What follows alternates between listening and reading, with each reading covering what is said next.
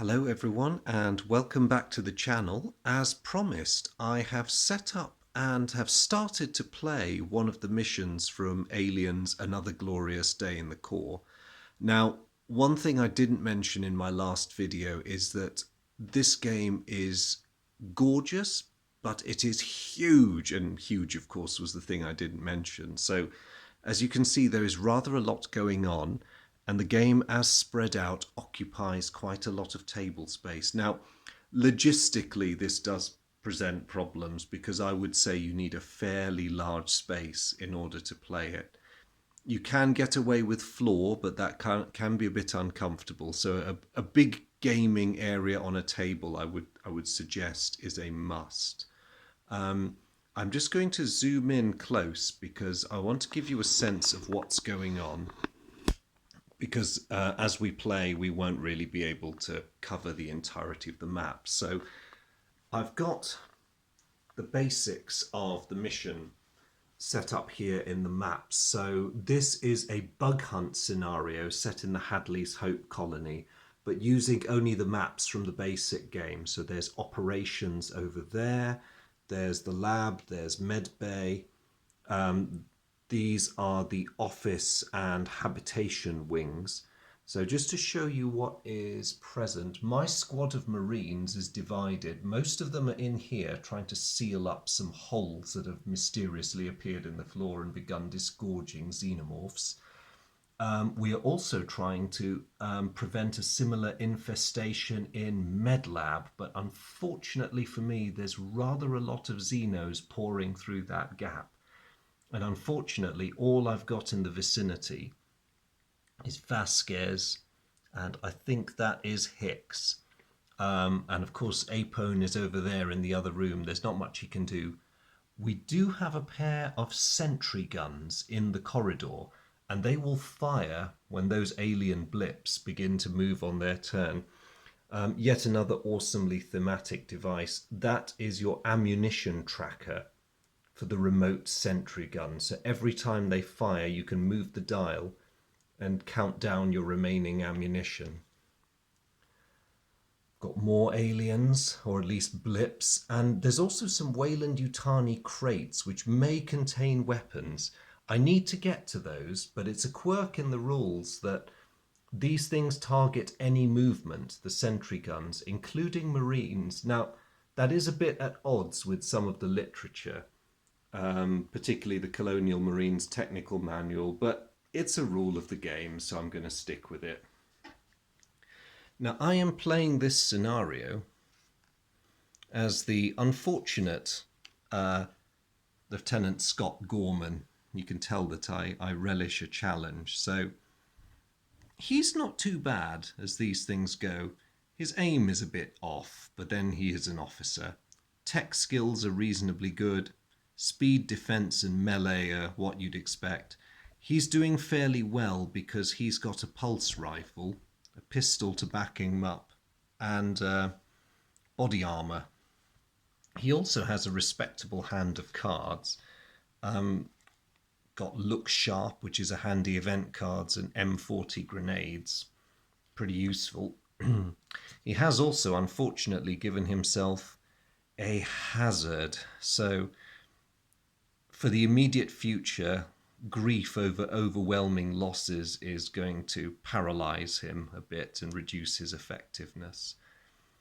The remainder of my squad, I have Hicks, Hudson, Vasquez,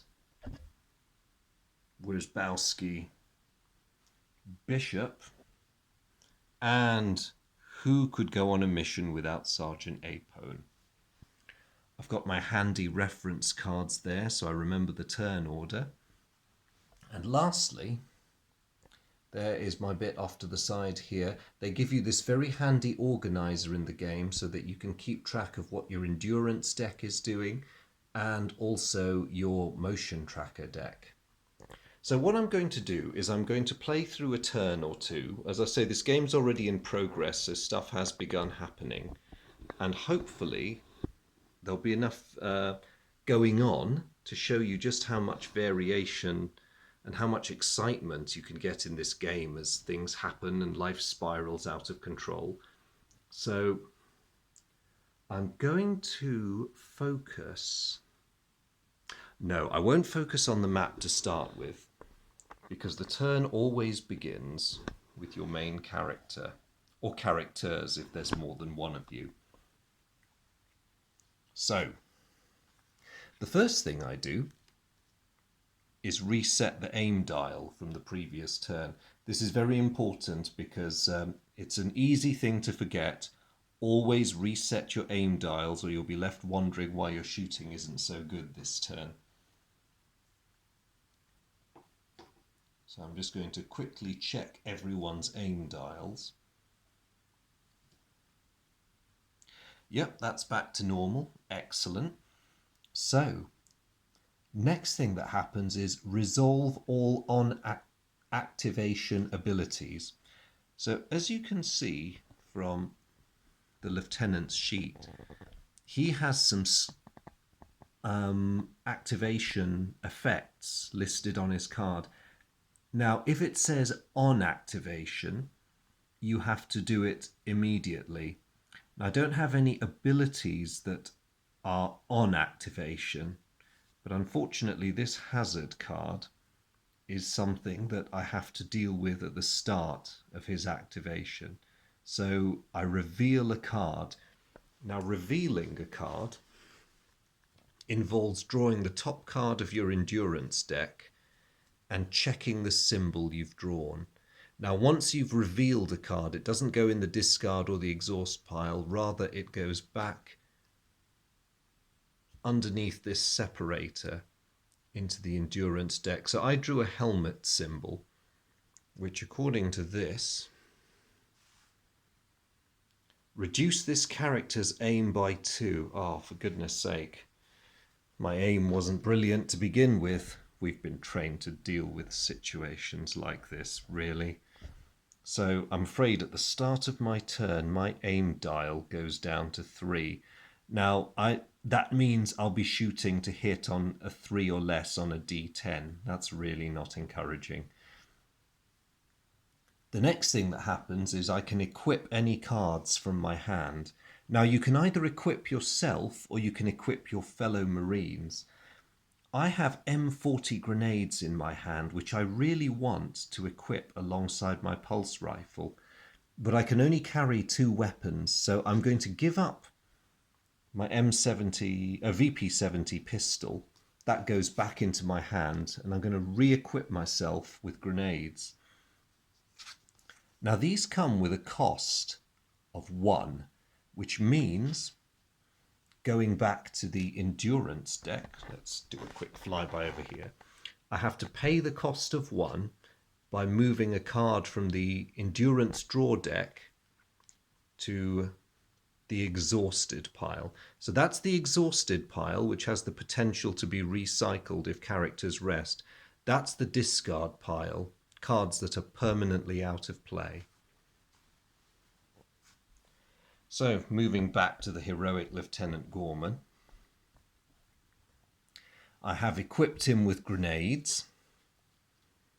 Now, I can perform up to 2 actions, and according to the helpful card, here we go, can either move up to 4 paces, attack with any of my weapons, create a barricade. Now, with a barricade, it means either locking a door or sealing up a hole that the aliens have used to penetrate a compartment. To build a barricade, you have to make a D10 check against your tech rating, so he would have to roll a 6 or less to do some barricading.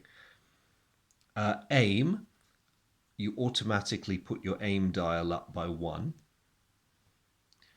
Interact, I can either, in this case, open a crate as an automatic action to check out its contents. That usually involves shuffling my way through one of the decks to look for a specific card, be it a helmet or a pulse rifle or any other weapon. Or if you pass one of these counters, or if you're adjacent to one of these counters and use an interact action, you can check a computer terminal. Different scenarios allow the terminals to do different things. In my case, and in the case of this scenario, they would allow you to use the base's security cameras in order to check what was under any given blip token, your choice. It can be quite a useful ability if you want to see what's coming. The next one is card action.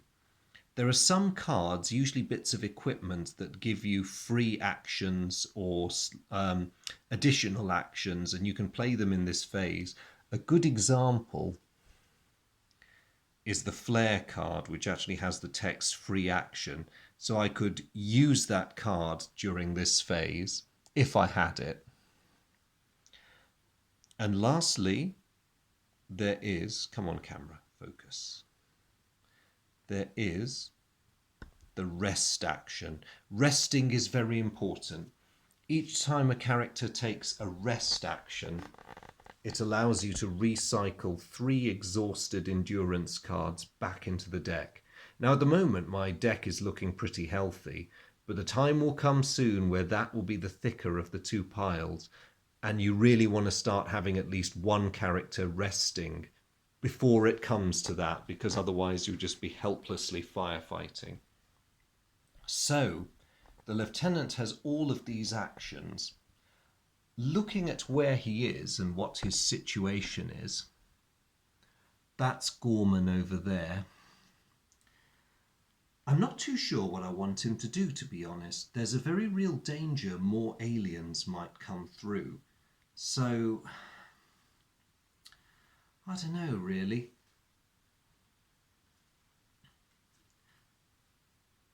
I think I would like one of his actions to be an aim action, just in case, because I've got to make his shooting ability half decent. And his second action, I think...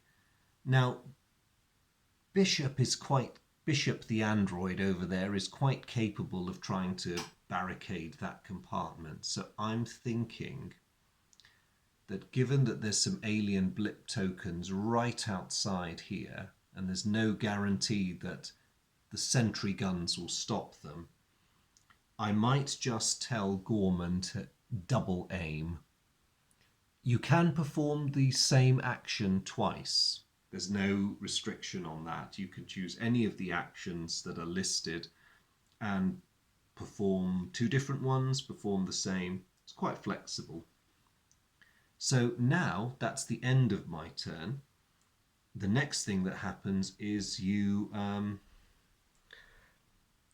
go to your end of activation abilities. Now, I could have done that during my activation, but I don't have 3 cards in my hand to recycle, so it wouldn't really help. Very important thing, if it says you may, as it does there, then you have a choice. If it says do it, then you have no choice. So it's the end of my activation. I must draw 2 endurance cards.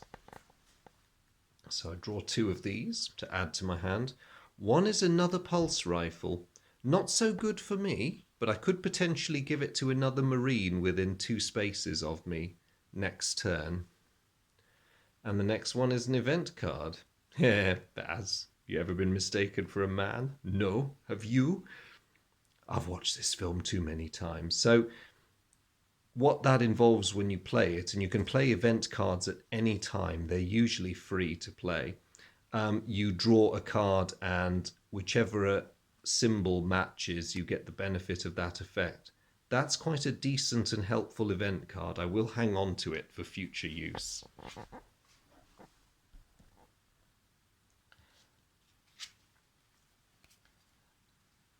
Now, the final stage of your character's turn, you can, depending on your rank, potentially take command of grunts. Now, there's a small number 3 next to Gorman's lieutenant's bars, which means that were there more than one real-life player in this game, I could move 3 of the grunt or non-player characters before I hand over to the next human player. However, as I'm the only human player in this scenario, then I am just going to give orders to all my grunts. So, looking at the situation, There's not very much for Wierzbowski to do, or indeed any of the others. I think, let's just move that up a bit. I think in order to gauge my next move, I'm first going to tell Bishop to try and barricade that hole in the floor. Now, Bishop's tech rating is 7, so I need to roll a 7 or less. And I do it. Nice. So what then happens is that I can take a barricade token and place it across that hole. Now, aliens spawning from either of those holes do have a 50-50 chance of punching their way through, but that's better than a sure thing. So we've at least slowed them down. In the meantime, I've got Hudson and Wierzbowski there. I think I'm going to tell Wierzbowski to take a double rest action. He does so, meaning 6 cards go back into the endurance deck. So what I've done with that instruction to Wierzbowski is get him to recycle cards back in. I suspect we'll want them before too long. As for Hudson, I'm not sure whether to send him scampering to help my other guys who are in serious trouble over here. But then if I jam these narrow corridors with too many people, a retreat is going to be rather difficult.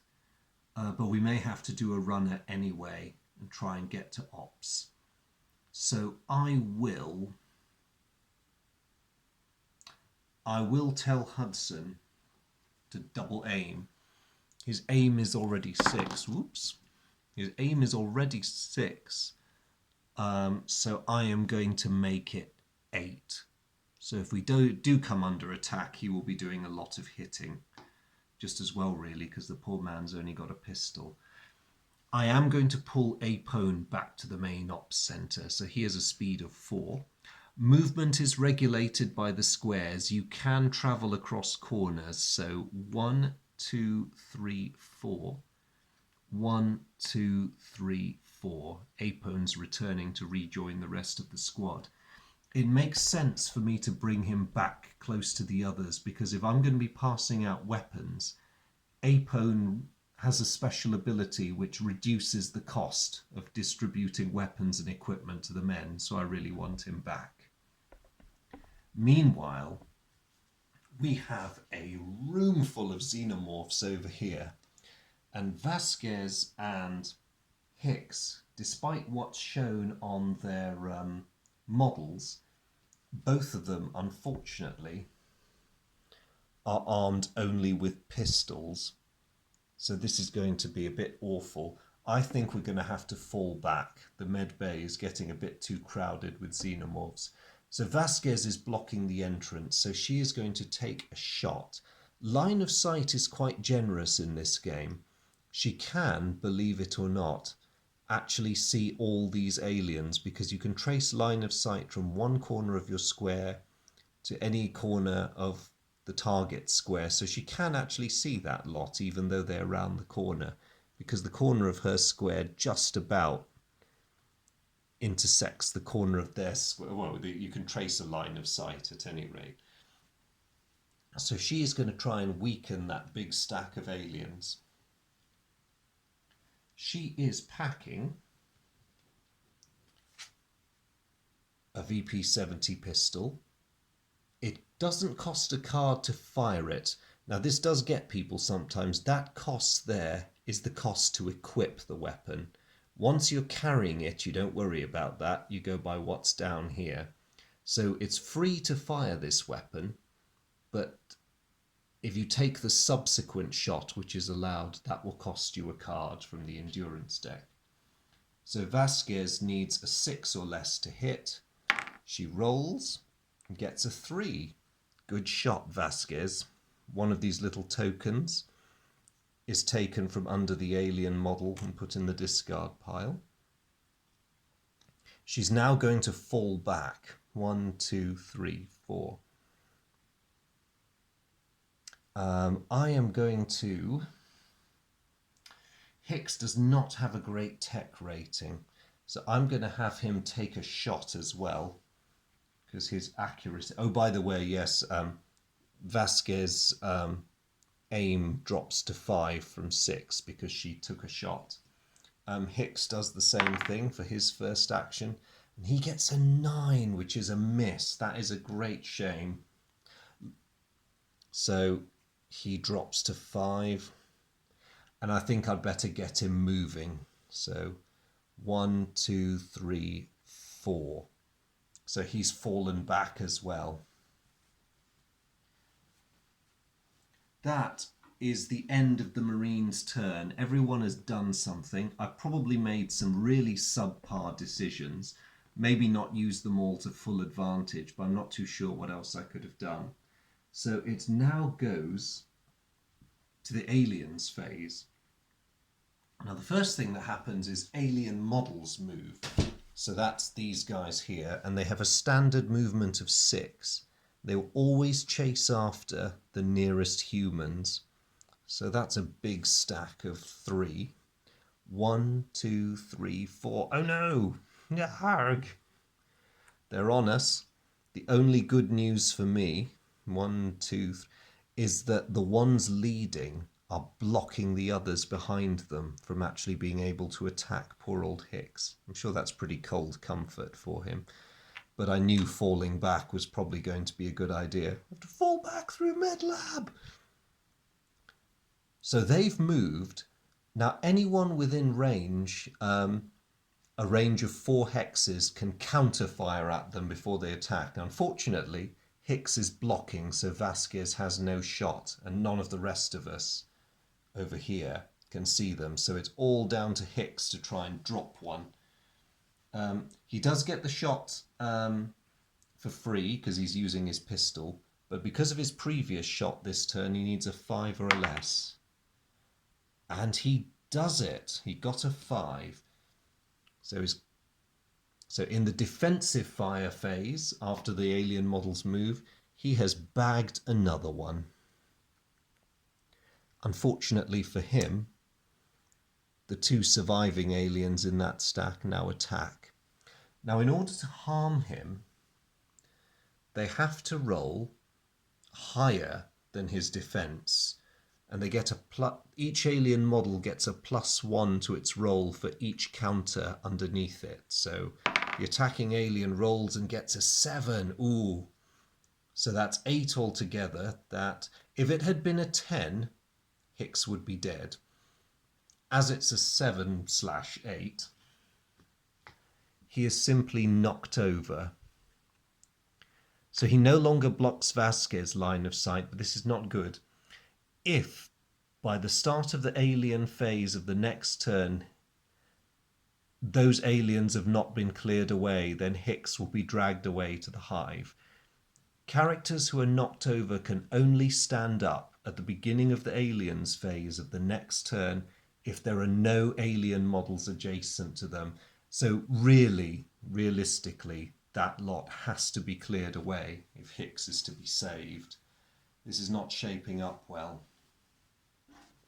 Meanwhile, we have a large number of blip tokens who need to be dealt with. Now these are controlled by a dice roll. Their movement is uncertain. So you do it by map. So every blip in that square will move at a speed of 4 because I just rolled a 4 on the d6. Now they are within sight of my sentry guns, and I hope that this is going to count for something. So the first one moves 1, the door opens automatically, so we now have line of sight. It's revealed as a single alien. Okay, that could have been a heck of a lot worse. So you take away the counter and you replace it with a single alien model. Its movement triggers the fire of my sentry guns. Because they're very high-powered automatics, they roll 2 dice, and on a 7 or less, they wipe out every alien in the target square. So that was a good shot. probably overkill for a single alien. And that was Sentry Gun A firing. So I will adjust its ammunition counter down to 100. They expend 50 rounds in every burst. It's a bit wasteful. So in the meantime, this one will move a pace, triggering another shot from the sentry gun, which hits. That one's never even revealed. A whole load of aliens potentially are splattered. And Sentry Gun A, rather worryingly, is down to its last 50 rounds.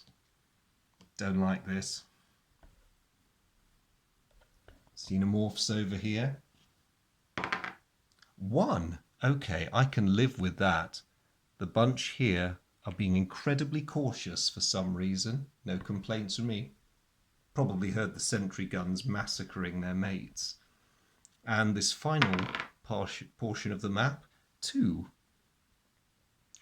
Okay then.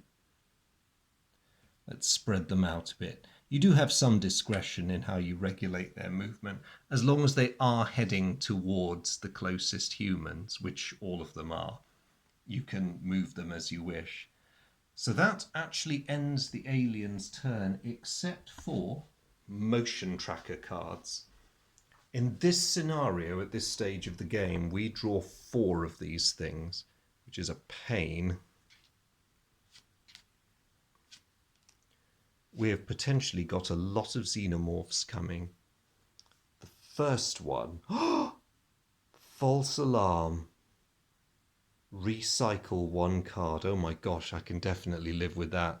So not only are there no aliens, we get to put that last exhausted card back into our endurance deck. That's nice. The second one is a bit less forgiving. That denotes 1 alien token on spawn point 2. So another of these things pops into existence. And the text on the card for alien assault says, the spawn point already has a blip or alien model, move it 4 spaces towards the nearest character. Well, thankfully, it didn't have one on it, so that's all that happens. We just get a new alien blip token. My luck is in. Card number 3 is a false alarm as well. Excellent. I have no cards to recycle, sadly, so I just live in the happy knowledge that there's no more aliens. But what does card 4 say? Alien drones, oh joy. Spawn point 3 on the other side of the map gets a fresh blip token. Ah! And what else happens with alien drones? I must discard 1 barricade in play or place an extra blip token on spawn point 1. I'm going to take a risk with this. Spawn point 1 is in the corridor there, right in front of a sentry gun. Now that sentry gun may have only 50 rounds left, but there's a good chance of wiping out the blip token. So I, rather than removing my carefully constructed barricades, I'm going to allow that to happen. And that's the end of that bit of the turn. The aliens have done it. And this is the point in a turn where we now clear up. So it's called the finish phase. Check your characters again at this point, because Bishop, the handy android, has a start of finish phase ability. So we reveal a card.